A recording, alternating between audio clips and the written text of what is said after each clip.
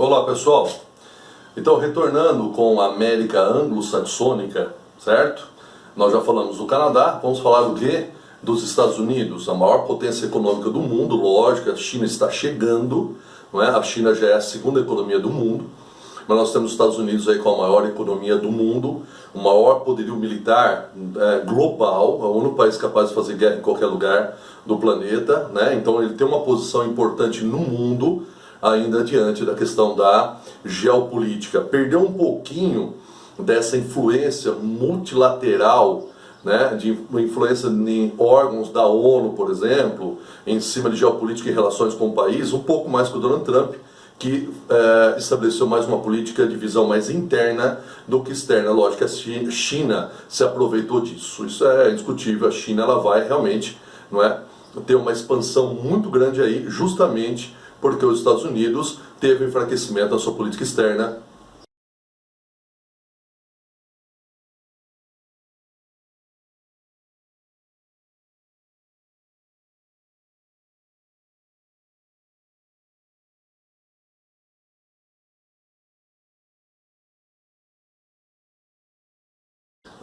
Vamos lá então. Quando a gente pensa em Estados Unidos, pessoal, vamos lembrar. Primeiro os aspectos físicos.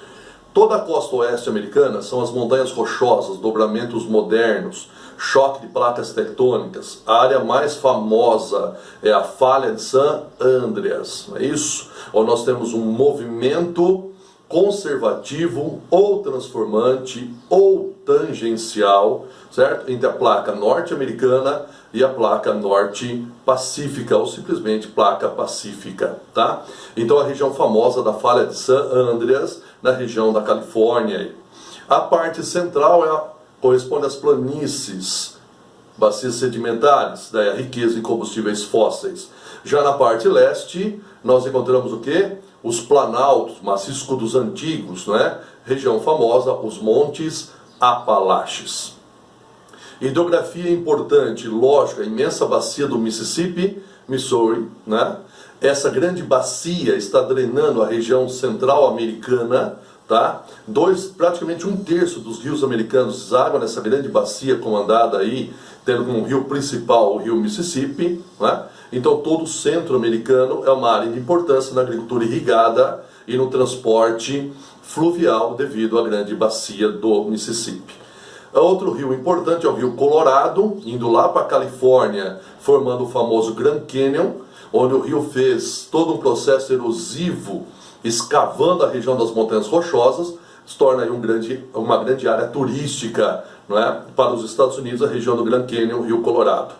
Já subindo para o estado ali de Oregon, o estado de Washington, não é? Nós encontramos o rio Columbia, importantíssimo para hidrelétricas, certo? Esses são os principais pontos ligados aos rios. Não podemos esquecer a região dos Grandes Lagos, o grande centro populacional e industrial dos Estados Unidos, como vocês podem observar no mapa, a região dos Grandes Lagos. Muito bem, e a questão climática e vegetação, não é? O que é importante a gente guardar, pessoal?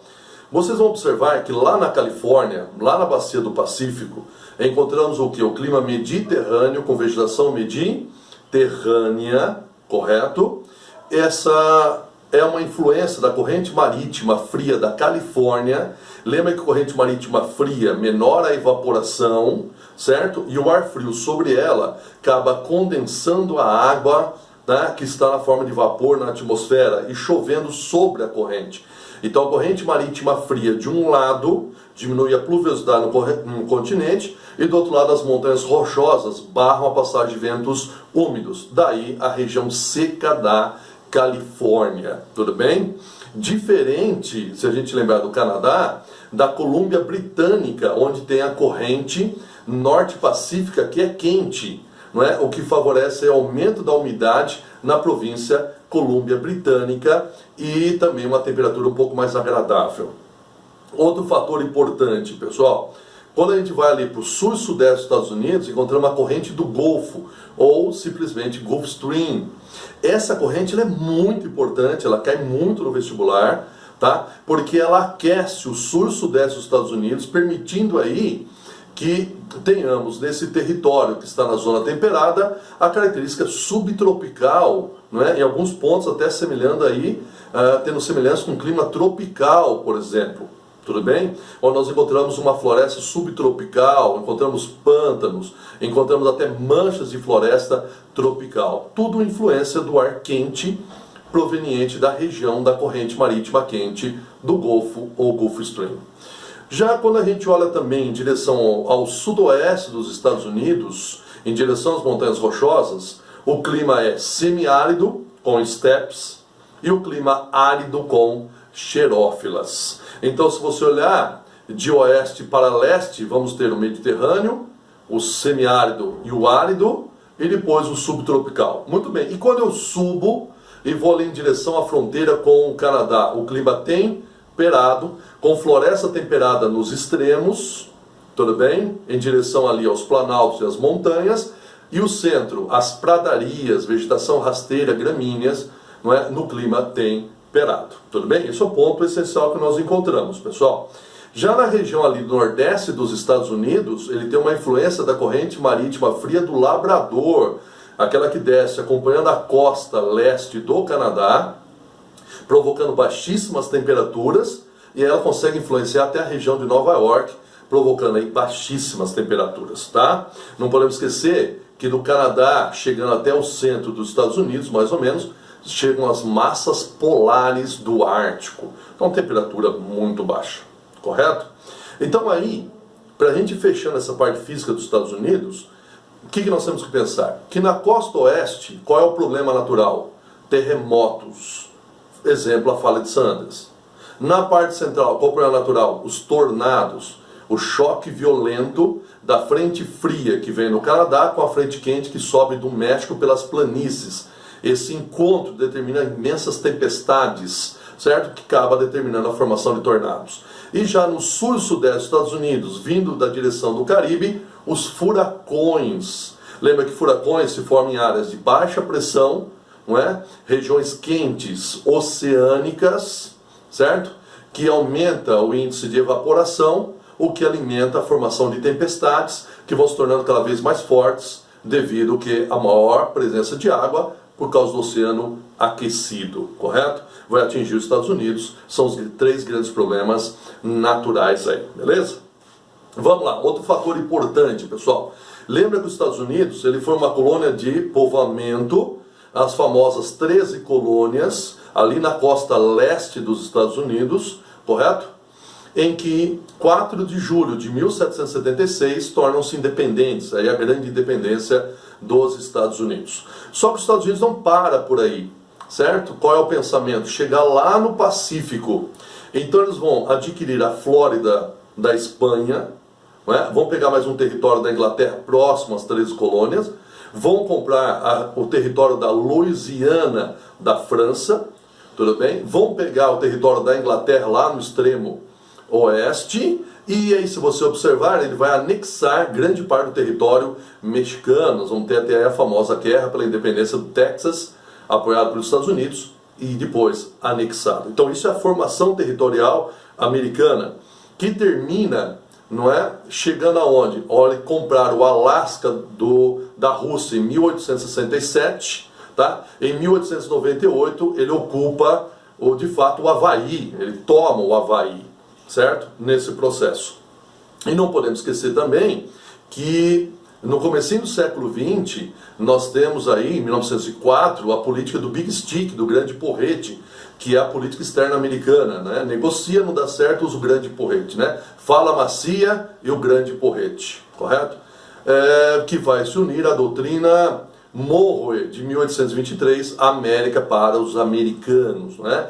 Então nós vamos ter aí os Estados Unidos praticamente apoiando aí a independência de Porto Rico perante a Espanha, e ele acaba pegando Porto Rico, não é? Em 1917, Porto Rico, a população porto-riquenha, ela ganha cidadania americana. Então Porto Rico, olha que interessante, Porto Rico é um estado livre associado, tudo bem? É um estado livre associado de Porto Rico. Esse é o nome do país. Estado associado a quem? Aos Estados Unidos. tá? Essa é a grande verdade sobre Porto Rico, né? São cidadãos americanos, mas não podem eleger o presidente dos Estados Unidos, não podem votar no parlamento americano, só que a vida de Porto Rico é decidida justamente pelo parlamento americano. É uma situação interessante, inusitada sobre Porto Rico, tá?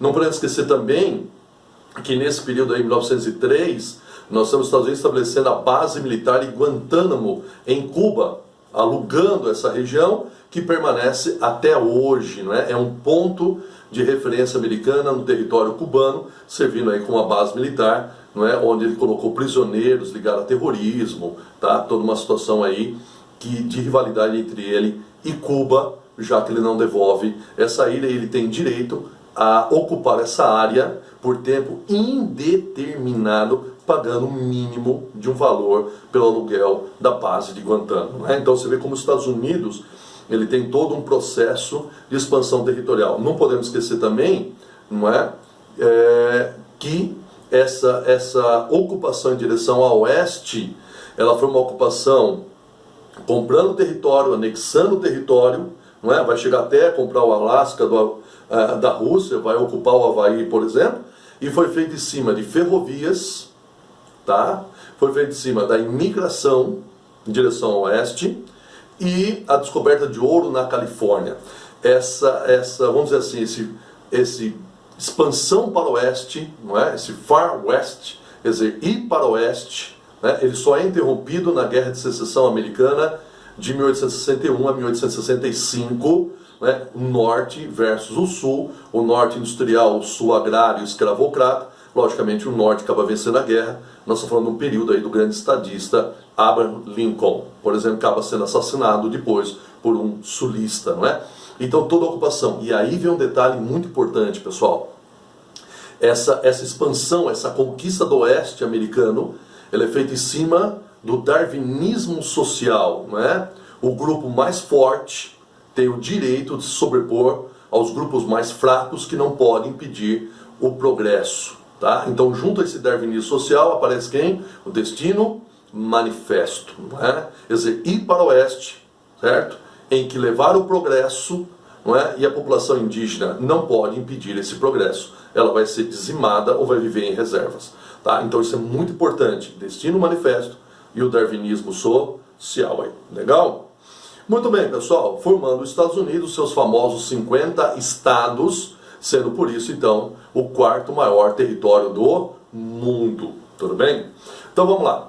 População dos Estados Unidos. A população está concentrada no Nordeste e Sul dos Grandes Lagos. É a grande concentração urbano-industrial devido ao povoamento antigo, transporte dos Grandes Lagos, recursos naturais que determinaram a industrialização. Essa ocupação é importante. Nós encontramos duas megalópolis, né? A Chipitz e a Boswash. Tudo bem?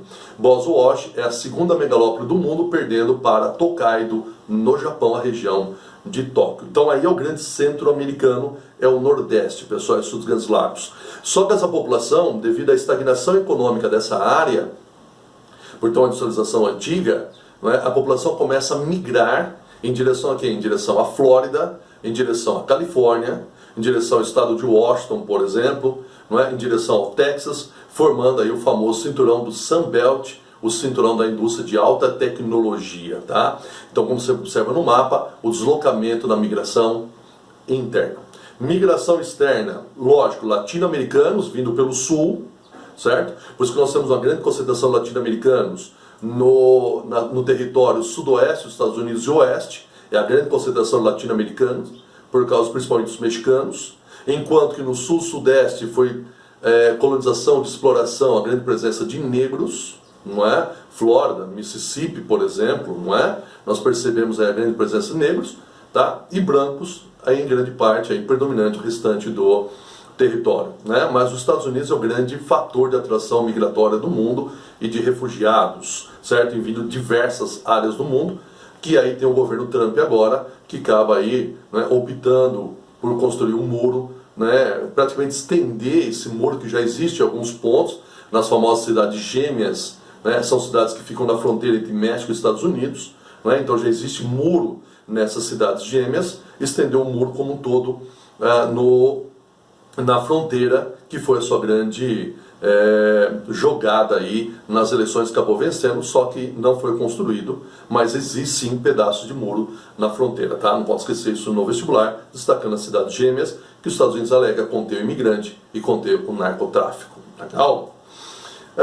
Outro detalhe importante, pessoal, os Estados Unidos têm um problema de xenofobia, aversão ao estrangeiro, tá? E o próprio racismo muito forte, principalmente aí questão voltada à população negra. Então há de vez em quando esses conflitos voltados à questão do racismo, certo? Como também a xenofobia contra esses latino-americanos, não é? É uma situação realmente lamentável ainda na política americana, esses grupos extremistas, não é, que ganham aí cada vez mais uma ascensão no território, tá?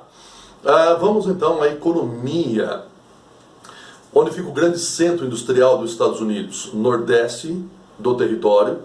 É o maior centro industrial do país, chamado Manufacturing Belt, o cinturão da manufatura, de característica fordista, certo? Muita mão de obra, certo?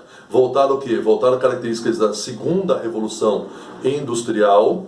Como essa área ela foi perdendo indústria, essas indústrias foram em direção à China, tigres asiáticos e outros territórios, não é? Nós chamamos uma região obsoleta, uma região que é o cinturão da ferrugem.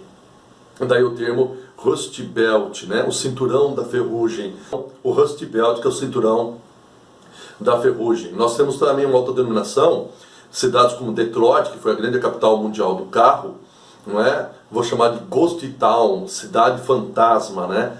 São aí áreas que mostram a decadência dessa região, aonde o Donald Trump se deu muito bem, vamos dizer assim, por falar que traria as indústrias novamente que foram para a China, daí a guerra comercial contra a China, para tentar recuperar essas empresas e tentar recuperar o emprego americano, não é? Então é uma região importante. Depois nós vamos para o Sun Belt, que é o cinturão do sol, o cinturão da alta tecnologia, não é? Nós temos aí a questão da Flórida, aeroespacial, por exemplo. Nós temos a região do Texas, aeroespacial, biotecnologia. Houston é um exemplo de uma cidade importante voltado ao aspecto do Texas. E a área importante, pessoal, encontramos na Califórnia, o famoso Silicon Valley, o Vale do Silício, o grande centro de informática no mundo. É a região da Califórnia, não é?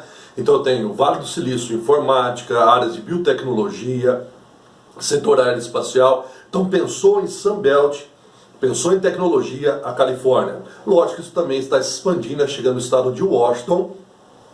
Por exemplo, aí o estado de Washington, nós encontramos a Microsoft, né? Ela surge ali no Vale do Silício e se instala, por exemplo, em Seattle, ali no estado de Washington, por exemplo, tá? Mas tem uma forte aí a indústria da aeronáutica desde a Segunda Guerra Mundial, uma forte indústria da aeronáutica. Ponto importante, não pode esquecer que o Sunbelt, ele faz parte do que? Da terceira revolução industrial, a revolução técnico-científica, marcado pelo toyotismo, just in time, mão de obra altamente qualificada, graças ao que? As universidades, que nós chamamos de P&D, pesquisa, universidade, de desenvolvimento, a indústria. Isso é a marca do surgimento dos famosos tecnopolos, que é essa região do Sun Belt, que também já entra para a quarta revolução industrial, não é? A indústria 4.0 de inteligência artificial, cyberespaço, não é? Internet das coisas, correto? Isso é uma marca da quarta revolução industrial, o ápice da inteligência artificial, por exemplo, aí, tá? Então isso é a marca da industrialização americana, pessoal, tá? O Manufacturing Belt de um lado, industrialização estagnada, antiga, Rust Belt, cinturão da ferrugem, e Ghost Town, cidades fantasmas. Do outro, olho para a Califórnia, olho para o Texas, para o estado de Washington, e principalmente para a Califórnia, não é? Nós encontramos o Sun Belt, a alta tecnologia, atração migratória, correto? Muito bem, quando a gente pensa em recursos naturais, muito fácil. A região dos Grandes Lagos, minério de ferro. Indo em direção aos Montes Apalaches, carvão mineral. Daí a industrialização antiga, tá? Quando eu olho principalmente para o Texas, petróleo. Quando eu olho para a Califórnia, petróleo. E quando eu olho aí parte das planícies centrais, gás natural e petróleo. Isso é o que você tem guardado de recursos naturais, tá? Agricultura, nossa, aí é muito importante, hein? Quando a gente pensa em agropecuária nos Estados Unidos, não podemos esquecer, importantíssimo, que os Estados Unidos é um país protecionista e um país que faz subsídios. Pois é um dos principais países aí, não é, que sofre uma intensa tensão por parte dos países, ou uma, melhor dizendo, uma pressão por parte dos países em desenvolvimento, exportadores de commodities agrícolas, tá? Na rodada Doha, por exemplo, porque é um país protecionista e é um país que ajuda os seus produtores através de subsídios. Isso afeta drasticamente aí, tá? O mercado proveniente de commodities agrícolas do mundo em desenvolvimento, né? Lembra que os Estados Unidos é praticamente aí o grande exportador de grãos do mundo, né? Tem a agricultura mais eficiente do mundo, né? Feitas através dos belts, os cinturões agrícolas, correto? Os famosos belts. Não vai confundir, hein? Belt, cinturões. Indústria, manufacturing belt, rust belt e sun belt. Agropecuária, também belt. E aí, como vocês podem perceber no mapa, né? Na região ali do Nordeste, Grandes Lagos, ficamos com a pecuária leiteira e a produção de hortifrutigranjeiros, devido ao grande mercado consumidor. Tá? Quando você olha para o meio oeste, um pouquinho mais para o centro dos Estados Unidos, encontramos o trigo e o milho. Esse trigo mais ao norte, não é? O trigo primavera-verão, um pouquinho mais para o sul, um trigo outono e inverno. Quando a gente olha em direção ao sudeste americano, nós encontramos algodão e as culturas tropicais, graças ao quê? A temperatura alta da corrente marítima quente do Golfo ou Gulf Stream. Por isso que os Estados Unidos produzem aí cana, laranja na Flórida, olha que importante isso aí, tá? Quando eu olho para o oeste, eu vou em direção à região das montanhas rochosas, do clima semiárido, do clima árido, eu vou ter automaticamente o que? A pecuária extensiva de corte, né? As grandes fazendas que foram uma marca da ocupação do oeste americano, né? As grandes caravanas indo para o oeste, aí toda a história americana. E encontramos na Califórnia o famoso pomar do mundo, a maior produção frutífera irrigada, que eles chamam de dry farming, que é o sistema de irrigação americano, fazendas irrigadas, produção de frutas, a maior do mundo, daí o nome pomar do mundo, também graças ao que? Ao clima mediterrâneo, verão quente e seco, inverno chuvoso, que ele vai propiciar então um maior desenvolvimento agrícola, porque tem menor ataque de pragas, junto com a agricultura irrigada. Olha que marca importante essa agropecuária americana através dos belts. Correto isso aí, pessoal? Todo o fato da sua economia, beleza? Então, basicamente é isso que eu quero que você tenha ideia sobre os Estados Unidos.